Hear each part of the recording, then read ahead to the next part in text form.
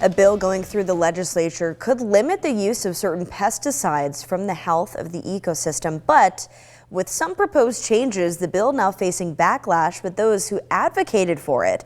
Thanks for joining us tonight for Newswatch 12 at 6. I'm Haley Gravitt. Newswatch 12's Rocky Walker shares more details in our top story tonight. Well, Haley, what you could see behind me, this is House Bill 2679. What it would do is it would restrict the use of neonicotinoid pesticides. But with the proposed amendment, the blacked out lines you see now, well, that's what will be changing about the bill. Neonics kill bees in very small amounts.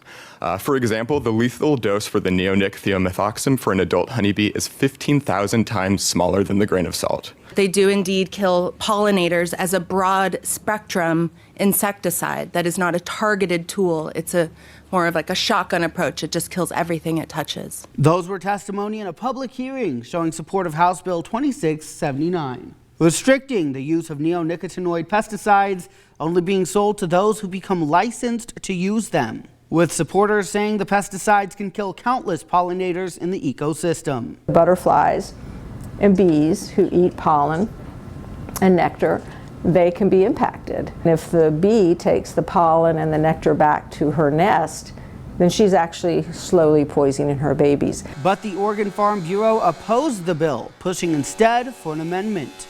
We just don't believe that a lot of the small farms in Oregon are going to take that next step to apply for those licenses, and so they're going to be looking to alternative products that they have access to. Chief Bill sponsor Zach Hudson sent an amendment on behalf of the Oregon Farm Bureau. Instead of limiting neonics to being bought by licensed users, now instead it's sold by licensed pesticide sellers. Licensed pesticide dealers are not your big box stores, they are not your garden stores, but they are the places like the Grange Co-op that your agricultural community frequents. But the original bill supporters say this takes away from the purpose of the bill in the first place. The intent of the original bill is to protect pollinators, birds, fish, and people.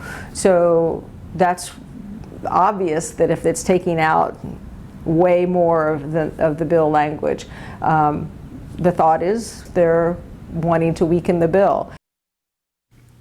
Now, I wanted to take a deeper dive into neonics and their effects on pollinators and other insects. Now, look at this graph. It has data from the Department of the Interior with neonics coming into use in 1994. Slowly but surely, they became the most used pesticide in the country. But what this graph is showing is the numbers of oral insecticide toxicity loading, which means the amount of lethal doses for the honeybee and similar pollinators that can ingest a plant sprayed with it. Now, these numbers are approximations, but you see it's gone up to 170,000 by 2014. That is a 4,800% increase in these deadly doses in the 20 years since neonics were introduced from 1994 to 2014. And these neonics, they contribute to 99% of these deadly doses. Reporting in Medford, I'm Rocky Walker.